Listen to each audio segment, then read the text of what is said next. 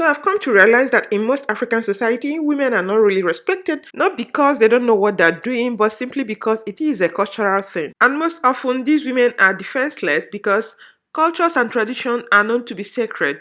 And I find this very difficult to relate with because this is 21st century and some women are still being treated like slaves when slavery has been abolished long time ago. Hi guys, you're watching Chiki series. If you're a returning subscriber, thank you for your support. And if you're new to this channel, you might kindly consider subscribing if you like what I'm doing here. Before I get into this video, I would like to let you know that I understand very well how we cherish and respect our culture. And also that culture means a lot to some people and there are cultural differences regarding the roles of men and women in our society. However, I believe in gender equality and treating every human being with dignity and respect. With this, we are going to start this video. So, you may want to know that most African society operate a patriarchal society. When you look around in our African countries, you hardly find a woman in the position of leadership. What is patriarchy? Actually, it is a social system in which male hold primarily power and predominate in roles of leadership, including political head, moral authority, control of property. Most patriarchal society are patrilineal, where property and titles are inherited by male lineage. I acknowledge the fact that traditionally, culturally, and biblically, man is the head of the family, and unfortunately, some men have decided to use this leadership role in oppressing women.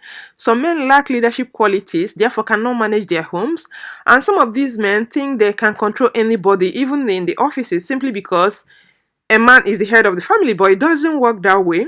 I know some men have been fired in their offices because they simply refused to obey their boss, who is a woman, and some have also received query for being rude to their boss, who is also a woman. And these people fail to understand that office is a different place altogether. That you a man doesn't make you to be a head of your boss. And you know, in the office, it doesn't work that way. You a man, you are the head of your home. And that doesn't make you a boss of every woman in your office. And also that doesn't make you a boss of every woman in the society. Some people are getting it wrong because they're men. When a woman talks, they'll tell the woman to shut up. And this can be very ridiculous. And that's the reason why some taxi drivers, when a woman enters the taxi, he will never allow the woman to tell him what to do. But the woman is the passenger. She's the one that's supposed to tell you where she's going because you don't know where she's going. And you want her to keep short and you drive her to wherever. It doesn't work that way. I don't know where our brains have gone to. In some places in Africa, most institutions for governance and decision making in the villages are only for men. And in Nigeria, for example, a woman could be a chairperson of local government in charge of towns and villages. She can summon chairmen and presidents of villages and towns to discuss development of local government, but she cannot participate in kindred meeting back in her village because of her sex.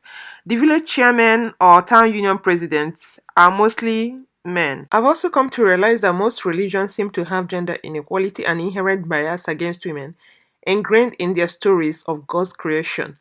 And most often in family, you see men consider women to be very witless, and the woman cannot contribute to even important decision that concerns her and her children in that family.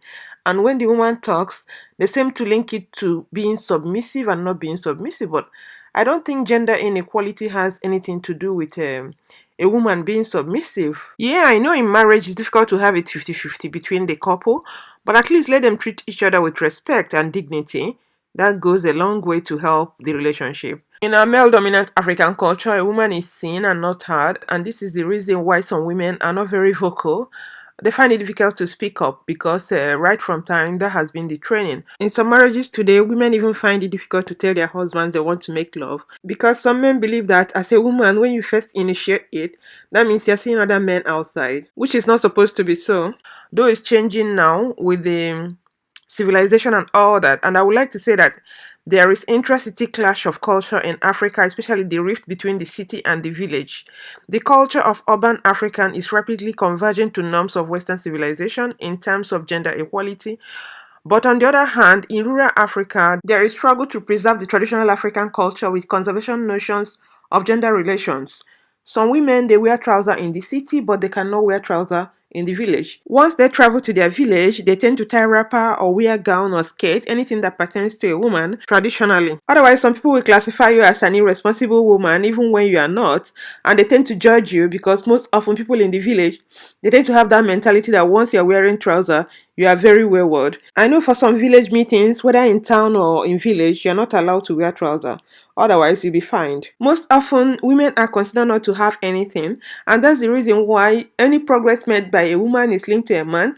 If a woman is married, and even when she buys a car herself, she will tell you that it's the husband that bought it for her.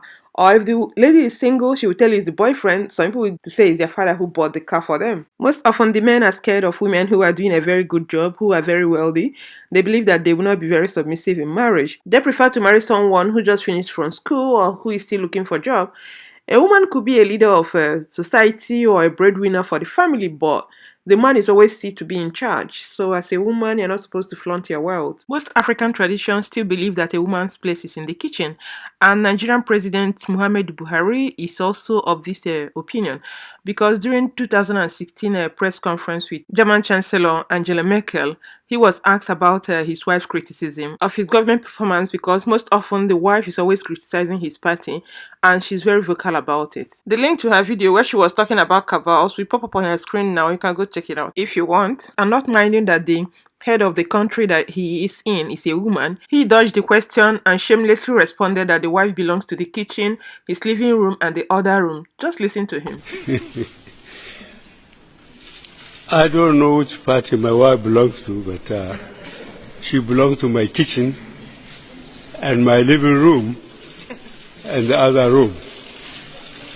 Honestly, I will let you know that this is the most ridiculous comment I've ever had. However, I'm a bit worried about the statement because it's coming from the president of a country. This will go a long way influencing the kind of policies they will have for girl child. And this will also have a wider reaching implication on how women are treated in Nigeria.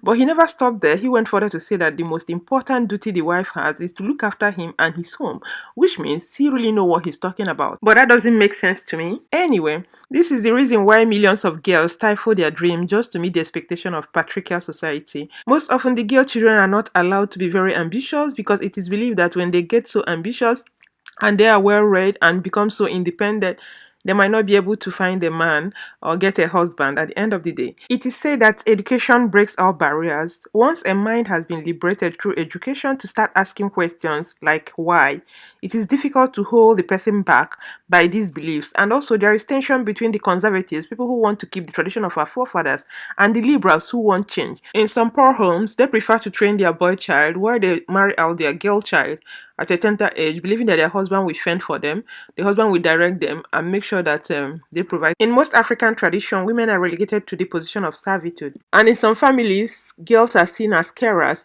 When parents are sick, they are the ones that take care of their families, they are the ones that take care of their homes. No matter what society thinks, I believe that girl child education and girl empowerment is the key, is the best thing to do. This particular statement is popularly common among men that African man is polygamous, especially when they're interested in cheating. When someone says African man is polygamous to me, I feel the person is a cheat and he wants to cover his tracks.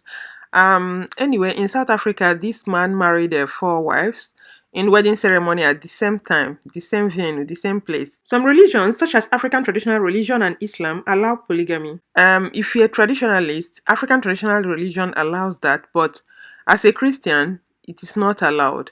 Bible made it clear that the design of marriage is for a man and a woman. So when somebody comes up saying African man is polygamous, because most often when a man wants to cheat, he'll come up with this statement that African man is polygamous. To me, it doesn't exist, but some people still believe that it exists. Some women, they don't even talk when their husband says it. They allow him to do whatever he wants to do after he comes back, and they still live together because they believe that a woman cannot be out of marriage. You have to stay married. This last one, that a woman keeps a home, is very common in this society. When a woman is in a relationship, they believe that she's the one that is supposed to make the relationship work and not a man. And even in marriage, they believe that any wrong that is done is the woman's fault. So in marriage, a woman is practically blamed for everything. During childbearing, when she has a female child, people will start blaming her for not having a male child, while it is the man that has the Y chromosome that is meant for male children. Then, in case the man contracts HIV, it is the woman that is blamed for her waywardness, even when it's clear that the woman doesn't have any affair outside her husband.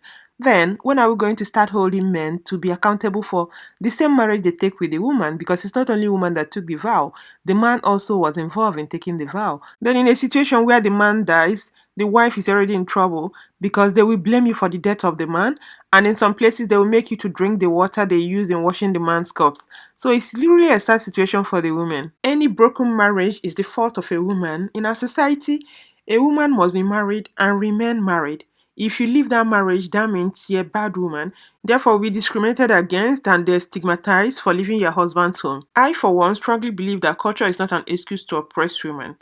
Now I don't want to come across as if I'm fighting culture or come across as condescending, but I find it hard to be silent in the face of blatant abuse. So, guys, let's not use culture to justify the oppression of women. I strongly believe that culture should never be accepted as an excuse for oppression of women.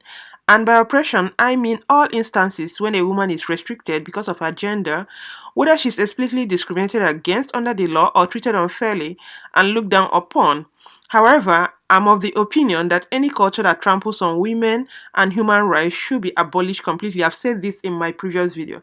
And the Convention on the Elimination of All Forms of Discrimination Against Women, which is almost universally ratified by United Nations, I believe that women's rights are human rights and there is no room for culture in that discussion. So let me know what your thoughts are. Leave your comments in the comment section below about these African cultures that affect women negatively. Did I miss out some? I would like to know other ones, probably found in your country which I've already missed out on. Then remember to share this video with family and friends. Stay healthy and safe, and I will see you in my next video.